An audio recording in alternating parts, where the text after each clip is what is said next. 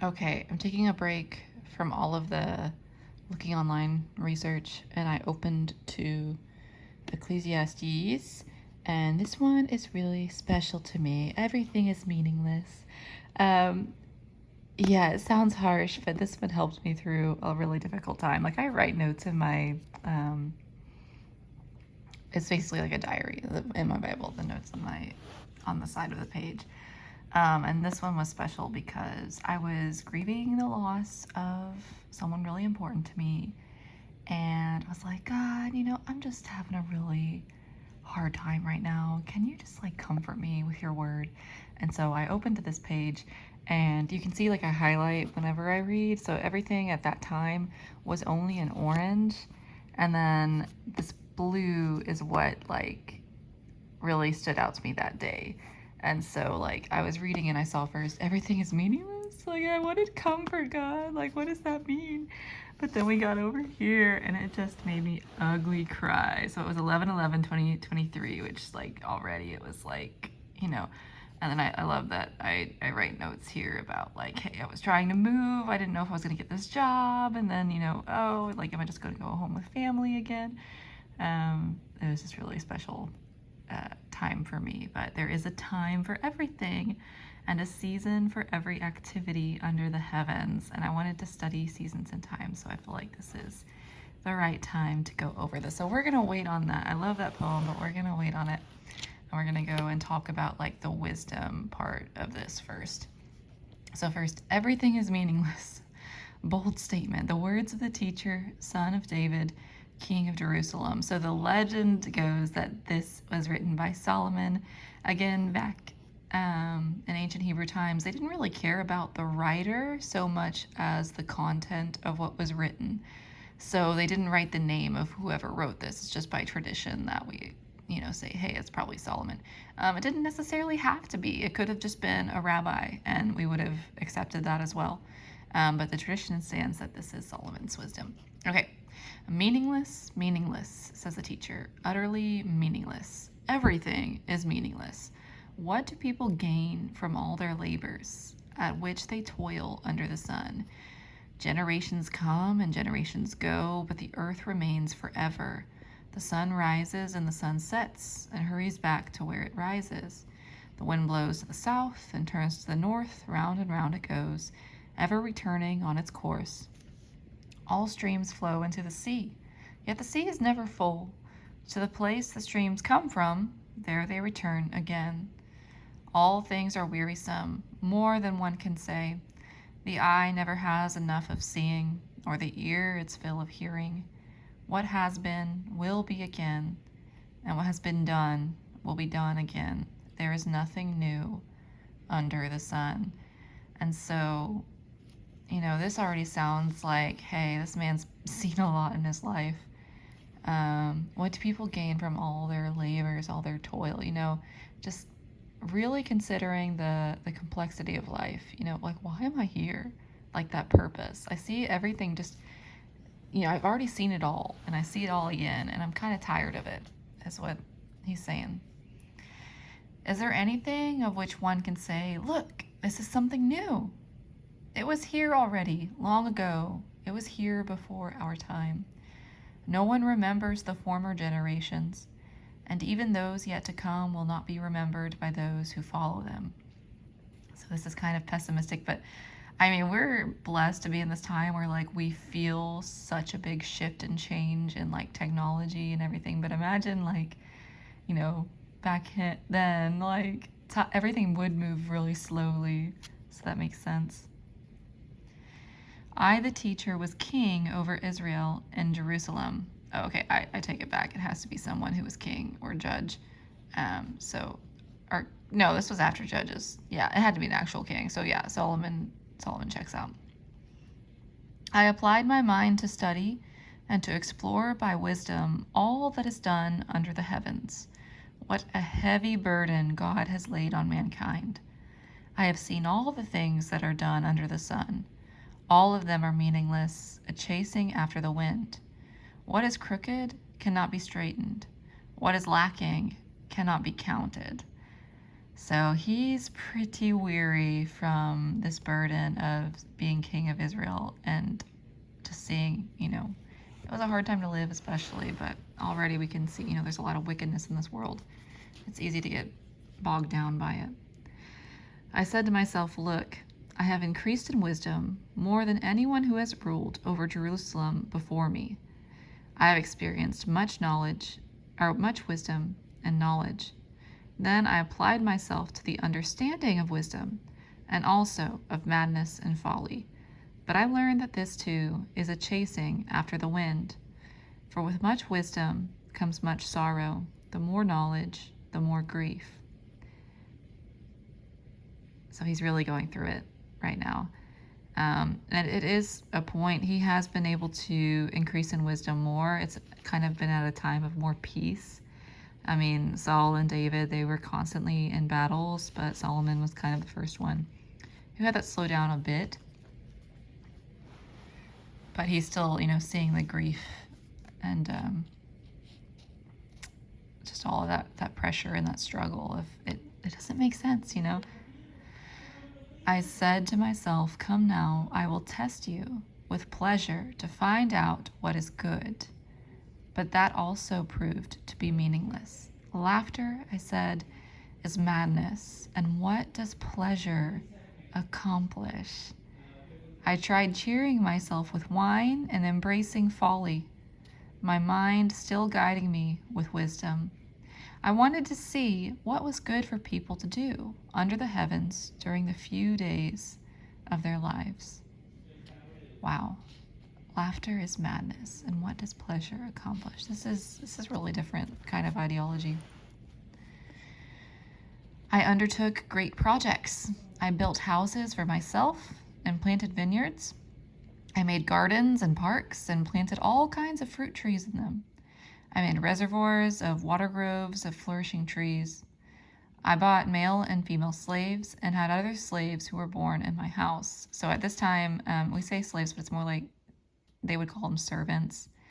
And so he's saying, I have many people serving me. I've got this abundance of wealth. Again, we don't go by the same morals today that we did by then. So we kind of have to read it in their sense of what does it mean for them at that time. I also owned more herds and flocks than anyone in Jerusalem before me. I amassed silver and gold for myself, and the treasures of kings and provinces. I acquired male and female singers, and a harem as well, the delight of a man's heart. Right, so we can't just... He had everything he could want, he said. Yeah, and I guess people's wildest dreams, maybe they still imagine that, honestly, even though it's just not right. I became greater by far than anyone in Jerusalem before me. In all this, my wisdom stayed with me. I denied myself nothing my eyes desired. I refused my heart no pleasure.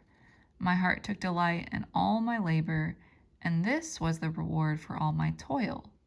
Yet, when I surveyed all that my hands had done, and what I had toiled to achieve, everything was meaningless, a chasing after the wind. Nothing was gained under the sun. So he's saying, I had everything a king could ask for, but these are all empty delights. Like, what is pleasure? It's meaningless. And so I think this is something that Christians get a lot of flack for, because they're like, oh, you're so strict. But it's like, no, we only really want to focus on things that have value in our life. And this doesn't have value, we trust God to provide for our necessities. And then this is just, excess. This is just, it's not purposeful. It's just, meaningless. All right. So he said, one thing that's interesting, he said he still had wisdom. My wisdom stayed with me. That's an interesting concept. So he's speaking about wisdom as the ability to reflect on what's going on or to criticize what's happening, but we'll see as he goes on. Then I turned my thoughts to consider wisdom. Oh, that's funny. That's what we're just doing. And also madness and folly. What more can the king's successor do than what has already been done? I saw that wisdom is better than folly, just as light is better than darkness. The wise have eyes in their head, while the fool walks in the darkness. But I came to realize that the same fate overtakes them both. So he's saying, what did it give me? Did it really give me any advantage in life to know more things, to study more things? Then I said to myself, the fate of the fool will overtake me also. What then do I gain by being wise? I said to myself, this too is meaningless, for the wise, like the fool, will not be long remembered. The days have already come when both have been forgotten. Like the fool, the wise too must die. So it's interesting because he's talking about like not being remembered or being forgotten, but these are literally stories that are like 2,000 years old. And he's right, there's a lot of foolish people in the Bible, and there's a lot of wise people in the Bible, mostly foolish, because as humans, we do foolish things. But, like, they all have the same fate. They all die, Just interesting. Okay, toil is meaningless. So I hated life. Wow, honesty. Because the work that is done under the sun was grievous to me. All of it meaningless, a chasing after the wind. I hated the things I had toiled for under the sun because I must leave them to the one who comes after me. And who knows whether that person will be wise or foolish? Yet they will have control over all the fruit of my toil, into which I have poured all my effort and skill under the sun. This too is meaningless. So my heart began to despair over all my toilsome labor under the sun. For a person may labor with wisdom, knowledge, and skill, and then they must leave all they own to another who has not toiled for it. This too is meaningless and a great misfortune. Wow, so he's just really being honest, Hey, I hated life. This is like everything I'm doing, it's pointless, What do people get for all the toil and anxious striving with which they labor under the sun? All their days their work is grief and pain. Even at night their minds do not rest. This too is meaningless. A person can do nothing better than to eat and drink and find satisfaction in their own toil. This too, I see, is from the hand of God. For without him, who can eat or find enjoyment? To the person who pleases him, God gives wisdom, knowledge, and happiness.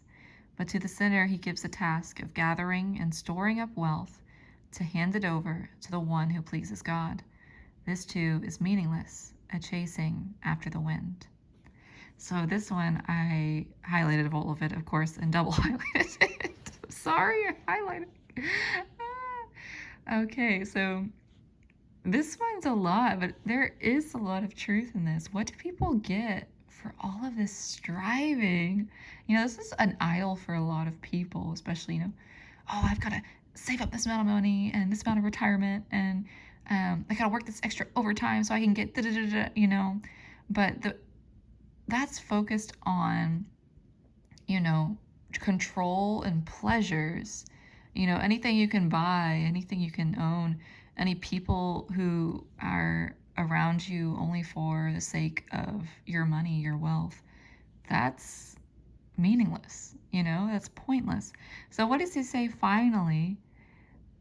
The best thing you can do in life, which we can have arguments about this, but the happiest people I know, this is what they're happy for, to eat, to drink, and find satisfaction in their own toil. And so personally, I've had a lot of jobs and a lot of blessings that was honestly focused on striving.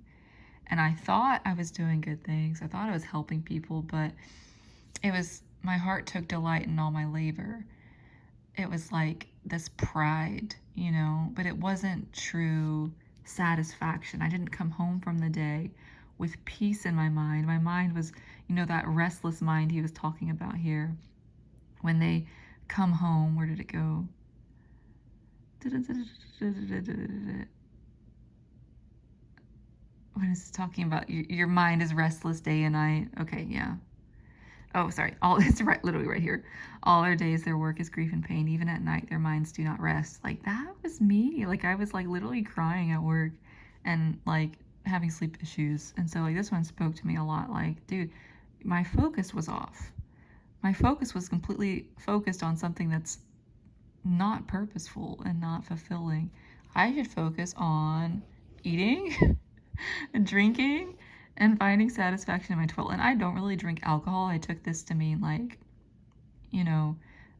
spiritually, this could mean like the bread and the wine, like, I don't know if you guys thought of it as well. I don't really find pleasure or satisfaction in alcohol too much, but enjoying your meals with people you care about and finding satisfaction in your work and being able to rest from your work and being done with it. That's, what's better in life, right? There's wisdom in that. Okay.